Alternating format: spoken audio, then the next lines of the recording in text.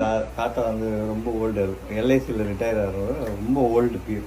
ஆனால் என்ன ஒரு ஹேபிட்னா, இப்போ இந்த வீட்டில் வந்து அப்பார்ட்மெண்ட்டு, ஹவுசிங் போர்டு அப்பார்ட்மெண்ட்டில் மேலே டாப் ஃப்ளோருங்க, செகண்ட் ஃப்ளோருங்கிறதுனால அந்த படிக்கட்டு இறங்கி வந்து அந்த ஒரு சின்ன லேண்டிங் ஏரியா இருக்குல்ல, அடுத்த படி ஃப்ளோர் பாதையில் இறங்கிறதுக்கு அந்த இடத்துல எப்போ பாரு காத்தால 5:30 மணிக்கு சேர் எடுத்துகிட்டு வந்து போட்டு பேப்பர் படிப்பார். இதுதான் அவரோட சிக்னேச்சர். அதனால நினைச்சு அவர் உடம்பு சரியில்லாமல் தவறிவிட்டார்.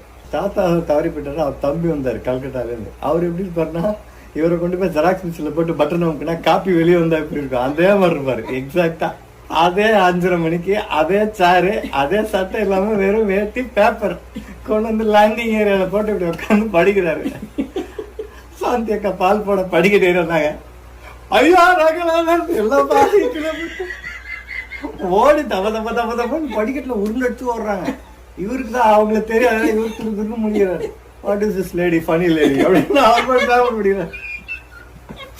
ஒரே கத்து கீழே போய் பார்த்தா கூச்சலா இருக்கு. என்னன்னு பார்த்தா மனுஷன் மேல தள்ளம்லாம் பேப்பர் படிக்கிறார். கீழே அந்த காசு மேல ரங்கல ஆவி உட்கார்ந்து இருக்கு, பேப்பர் படிச்சுக்கிட்டு இருக்கு.